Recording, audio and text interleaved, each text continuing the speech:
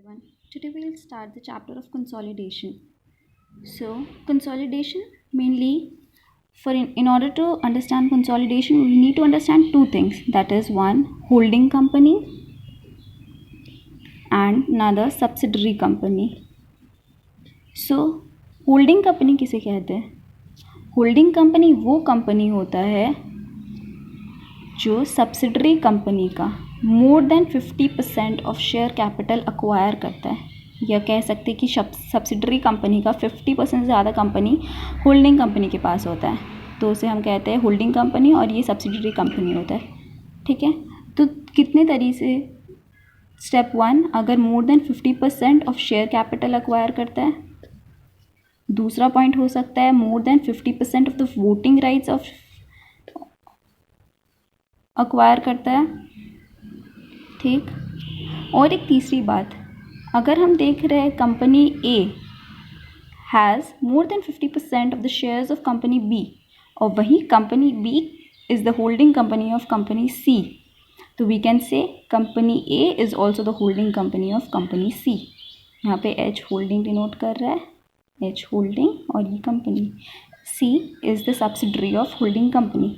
Okay, तो जब हम कंसोलिडेशन का बात करते हैं, जो नॉर्मल बैलेंस शीट बनाते हैं उसमें सिर्फ एक कंपनी का बैलेंस शीट होता है या फिर प्रॉफिट एंड लॉस होता है, बट यहाँ पे हम होल्डिंग प्लस सब्सिडरी दोनों के अमाउंट को कंसिडर करके कंसोलिडेटेड अकाउंट्स बनाएंगे.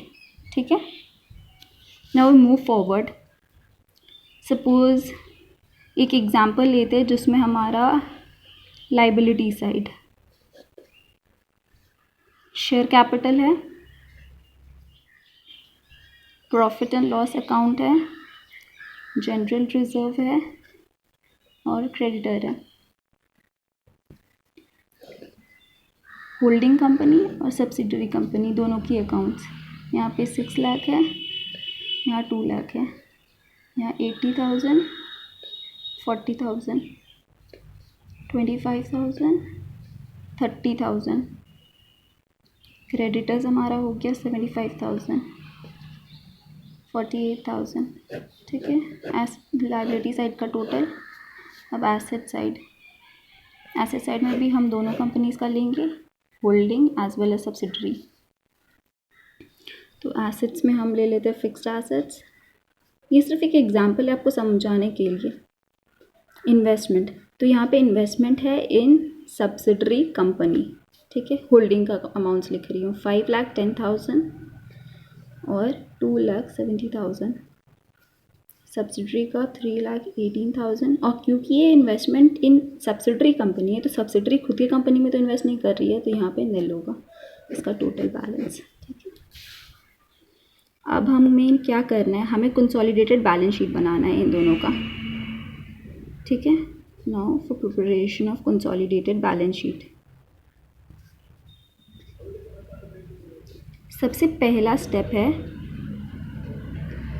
Add all assets. एसेट्स सारा ऐड होगा, एसेट्स ऐड दोनों कंपनी का, that is holding plus subsidiary. ठीक है, बट यहाँ पे एक एक्सेप्शन है, एक्सेप्ट इन्वेस्टमेंट. इन्वेस्टमेंट को छोड़ के हम बाकी सारी चीज़ें ऐड करके कंसोलिडेटेड बैलेंस शीट में लिख देंगे. फिर दूसरा स्टेप आता है स्टेप 2, उसमें हम ऐड करेंगे all liabilities, that is holding plus subsidiary. बस यहाँ पे एक्सेप्शन होगा शेयर कैपिटल एंड जनरल कोई भी रिजर्व, तो हम कह सकते हैं share capital, reserves and surplus, क्योंकि P&L भी आ जाएगा. ठीक है, हम प्रिपेयर कर रहे हैं, तो हम यहाँ पे ये बना लेते हैं एक, ये लाइबिलिटीज़ कॉलम, ये असेट कॉलम. ठीक है, starting from the liability side we'll write share capital. तो शेयर कैपिटल हमें यहाँ पे लेना है बट सिर्फ होल्डिंग का, यहाँ पे सब्सिडरी का ऐड नहीं होगा. तो शेयर कैपिटल आपका होल्डिंग का है 6 lakh rupees, we'll just write 6 lakh रुपये. ठीक है, वैसे ही P&L सिर्फ हमें सब होल्डिंग का लेना है, तो 80,000, सॉरी ये 6 लाख है. और फिर जनरल रिजर्व, तो वो जनरल रिजर्व है 25,000. फिर क्रेडिटर्स क्योंकि हमारा ऑल लाइबिलिटीज़ में आता है, तो यहाँ पे हम होल्डिंग और सब्सिडरी दोनों की लेंगे. तो 75,000 इनर कॉलम में हम कैलकुलेट कर लेंगे, फिर आउटर कॉलम में शो करेंगे, ठीक है। तो यहाँ पे अमाउंट आ जा रहा है हमारा 1,23,000, ओके। और अब यहाँ पे फिक्स एसेट्स हम दोनों का लेंगे, holding and well as subsidiary. तो फिक्स एसेट है हमारा 5,10,000 एंड 3,80,000, सॉरी ये 1000, ठीक है। तो टोटल आ रहा है 8,28,000। और यहाँ पे इन्वेस्टमेंट को टोटली निगलेक्ट करेंगे। अब हम देख रहे हैं यहाँ पे टोटल इक्वल आ रहा है कि नहीं आ रहा है। सो 6 लाख प्लस 80,000 प्लस 25,000 प्लस 1,23,000, तो यहाँ पे ये हो रहा है हमारा 8,28,000। और एसेट साइड तो हमारा 8,28,000 है, तो यहाँ पे हमारा कंसोलिडेट बैलेंस शीट टैली हो रहा है। अब हम देख रहे हैं जो हमारा अमाउंट ऑफ इन्वेस्टमेंट है that is 2,70,000 amount of investment. तो हम ये बोलेंगे कि an amount of investment that is हमारा कॉस्ट ऑफ एक्विजिशन, मतलब हम शेयर्स एक्वायर कर रहे हैं ऑफ सब्सिडरी कंपनी, तो हमारे इतने पैसे लग रहे हैं, तो उसको हम 2,70,000 हमारा लगा इधर। और वो ही हम जब टोटल करेंगे आपका सब्सिडरी का शेयर कैपिटल, P&L और जो हमने छोड़ा था बैलेंस शीट में, उन तीनों को बैलेंस टोटल करेंगे। तो उसे हम कहते हैं intrinsic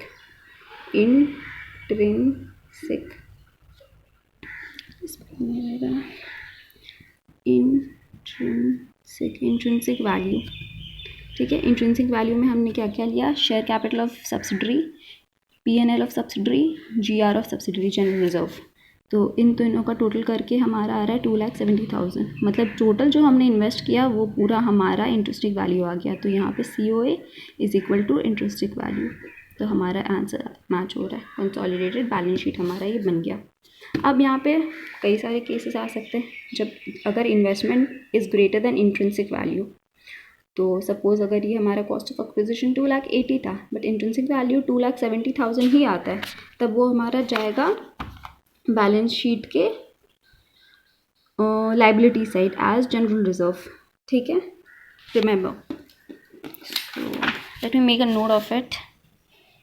If cost of acquisition is greater than intrinsic value, it will be treated as liability and we'll name it as capital reserve, okay.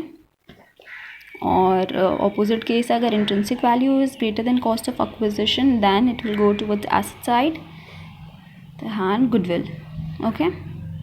बाकी पूरा का पूरा treatment same होगा, okay. I hope you get it. We'll come with the next topic with this tomorrow.